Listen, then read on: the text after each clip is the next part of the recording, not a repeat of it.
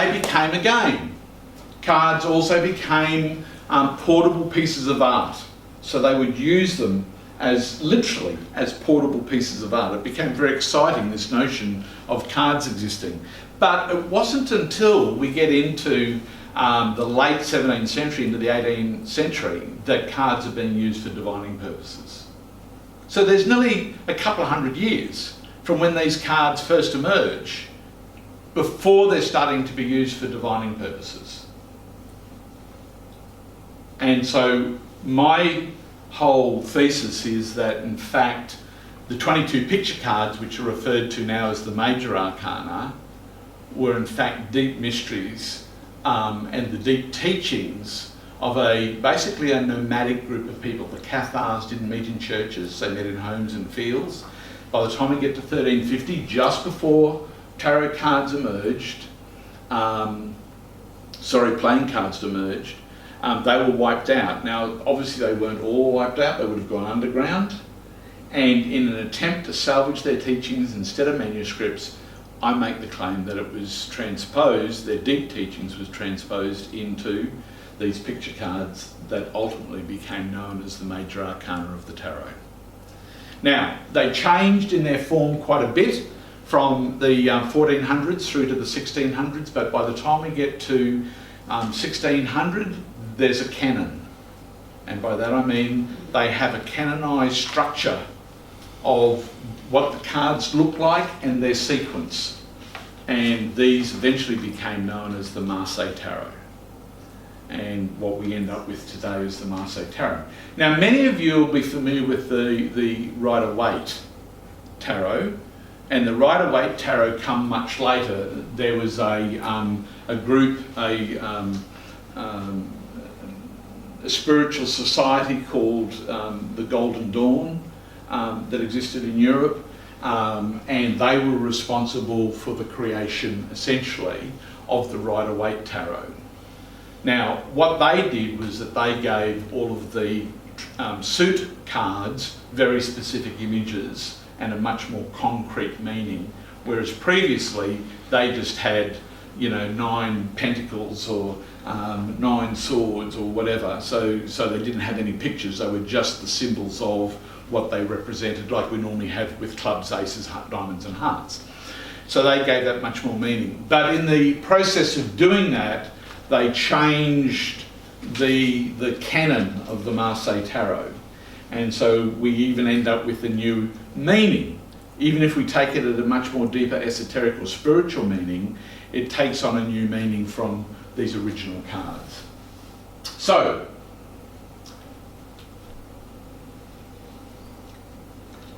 I had, after studying with Susan Trout, I got very involved in drawing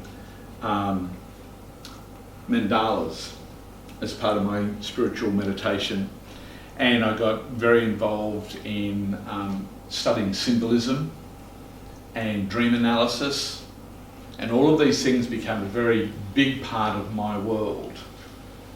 And one particular dream I had, and I had many dreams during this time, but one that was really profound, I dreamt that I was on a hunting expedition for a snake.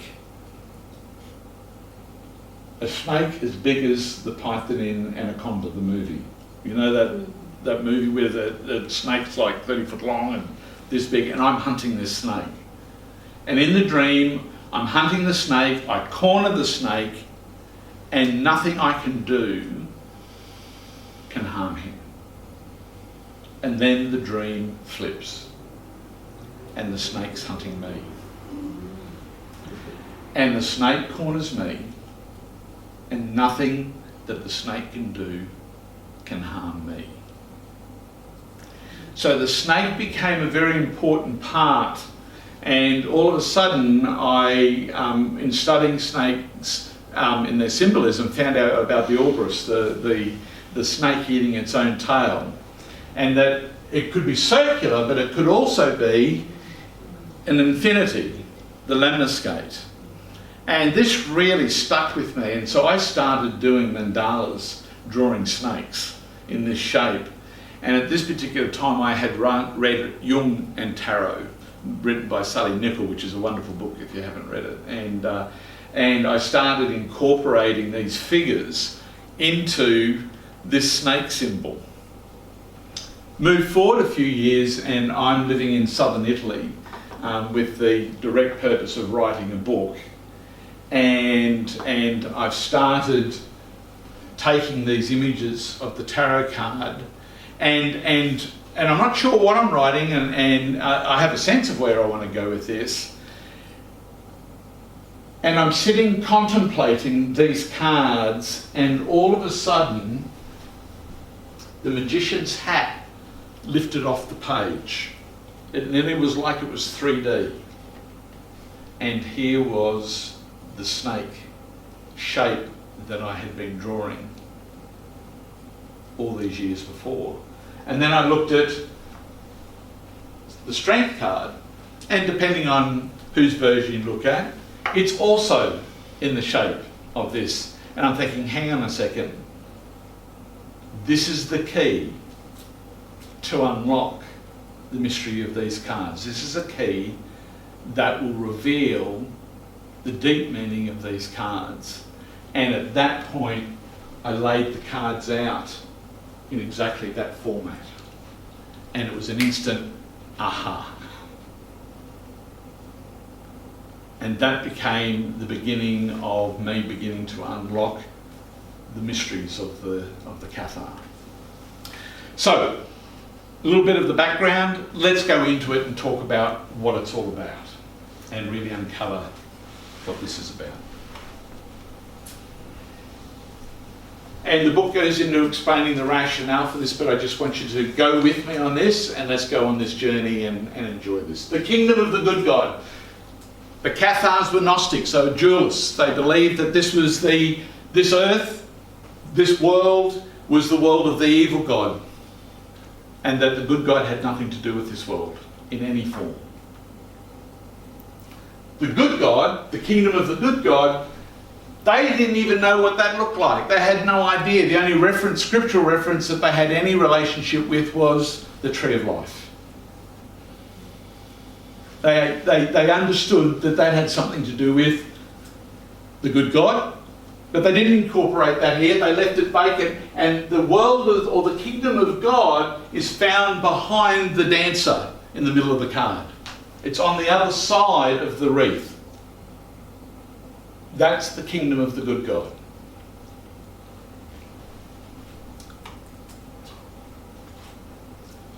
Outside of the kingdom of the good God, we've got the spirit world. There's a world where form begins to exist. And that's found in this space here where these four figures are, and in these cards here at the bottom. That's the spirit world. And we'll talk about its significance in terms of the Fool's Journey and where this all goes in a minute. But I just want to give you some idea of how these cards are laid out. Then we have the kingdom of the evil God. This will come up a little bit later. Here's a veil that separates the spirit world from the mother, who's the empress.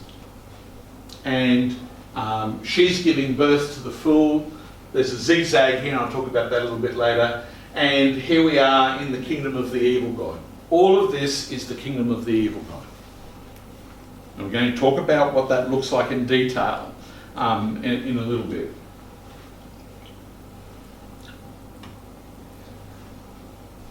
This part of the card's layout is called the dark night of the soul. It's the journey that we experience as we become detached or separated away from the world of the evil God. It's a dark night journey. And after we pass through the journey and pass tests, we then move into the treasury of light. And all of these cards are all about light. Star card, moon card, sun card, glory of God card. They're all about light. So this is the treasury of light, as the Gnostics understood it.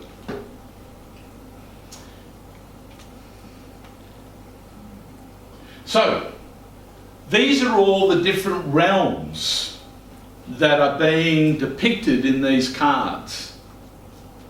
They had a very clear understanding in their theology what these things meant in terms of our journey. And then the imagery that's being used in the card, the symbolism, then gives us the really deep meaning of what that's all about. Any questions so far? That centre card looks like a stargate. Sorry? The centre card looks like a stargate. Mm-hmm. It's a sacred yoni. It's the rose garden. Yeah, but it also looks like that as well. Yep. Yeah. Okay. Yes. So how did you, and I'm sure I'm probably asking this too early, how did you determine that the bull would lead towards Right. that? Like, So in the classical cards, in the traditional cards, the dancer is looking towards the bull. The bull is looking towards that bottom right-hand corner, as we're looking this way, or bottom left from your perspective. sure. And then as we get up, typically the angel is looking down to the left. And as you come back around, typically the bird's looking back into the centre. They're giving the directions. In fact, and the lion doesn't look to the right, he's actually looking straight ahead at you. He's actually looking right into your heart. Okay? So they really describe, just by where they're looking, in you know, and these vary from cards to cards, but there's a fairly consistent theme that you see, and that tends to be the theme of where those particular figures are looking. Does that make sense? And of course, the magician's card number 1. So, you know, so he's got to be the first card. And then you've got 2, 3, 4, 5, 6, 7, 8, 9, 10, 11, 12, 13, 14, 15, 16, 17,